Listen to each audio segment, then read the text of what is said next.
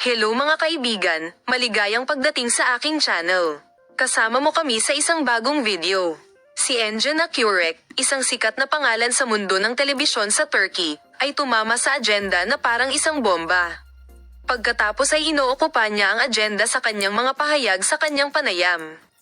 Ang mga salitang ikinagulat ng kanyang mga tagahanga ay nagsiwalat ng hindi kilalang katotohanan tungkol sa pribadong buhay ng aktor.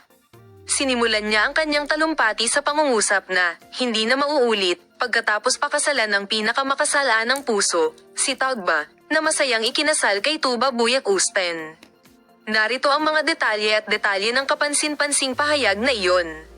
Si Engin Akyurek ay taus-pusong sumagot sa mga tanong tungkol sa kanyang pinakabagong mga proyekto at pribadong buhay at pinag-usapan kung paano binago ng kanyang kasal ang kanyang buhay sa kanyang panayam. Matapos pakasalan ng aktres na si Tagba, hindi na ako naging pareho. Kahit na tumingin sa camera ay nagkaroon ng ibang kahulugan. Ngayon ang kanyang presensya ay nakakaapekto sa akin sa bawat yugto ng buhay ng aking asawa. Sinimulan kong makita ang aking sarili mula sa isang ganap na naiibang pananaw.